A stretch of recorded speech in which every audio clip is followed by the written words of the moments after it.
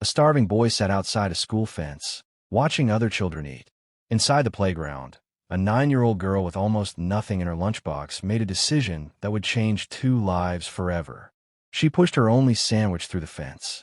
And 22 years later, that simple act of kindness would return to her in a way neither of them could have imagined.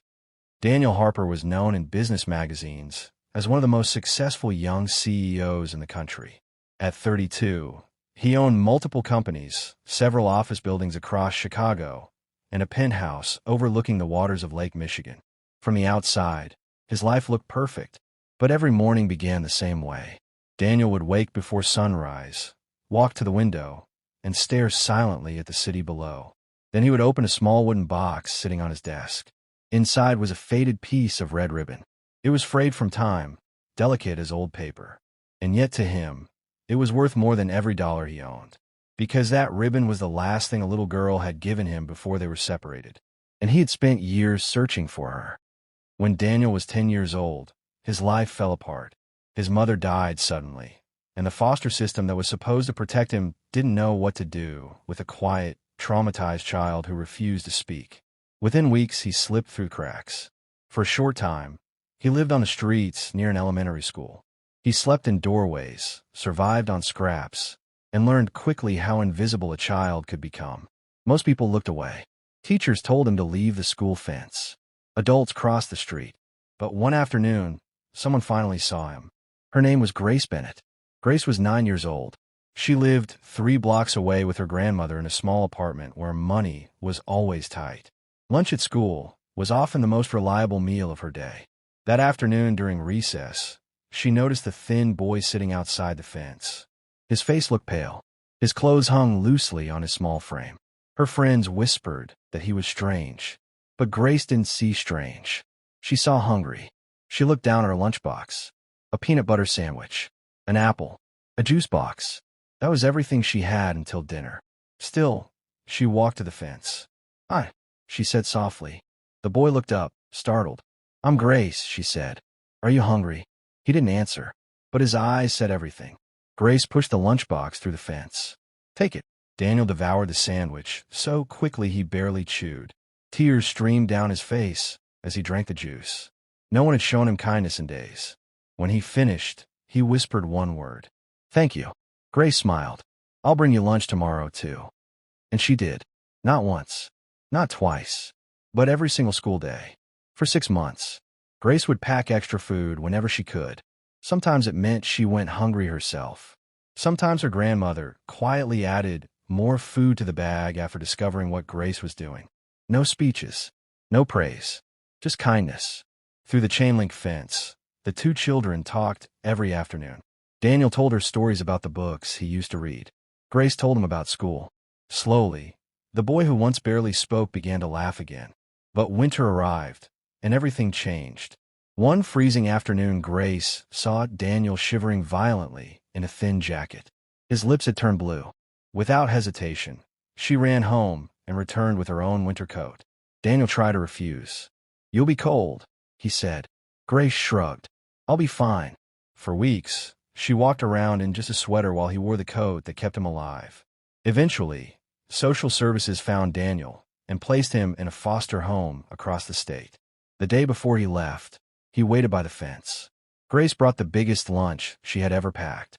Sandwiches, fruit, crackers. Then she pulled the red ribbon from her hair. She tore it in half. One piece she tied around his wrist. The other she kept. "So you remember," she said. Daniel nodded, eyes full of tears. "One day," he said with childish determination, "I'll come back for you when I'm rich."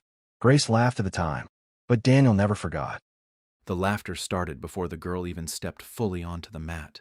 It rolled through the crowded martial arts gym like a wave, loud, careless, and contagious. The afternoon class had just finished sparring, and sweat hung in the air along with the sharp smell of rubber mats and disinfectant. Dozens of students stood in loose circles catching their breath when the door creaked open and a small figure stepped inside. She looked out of place immediately.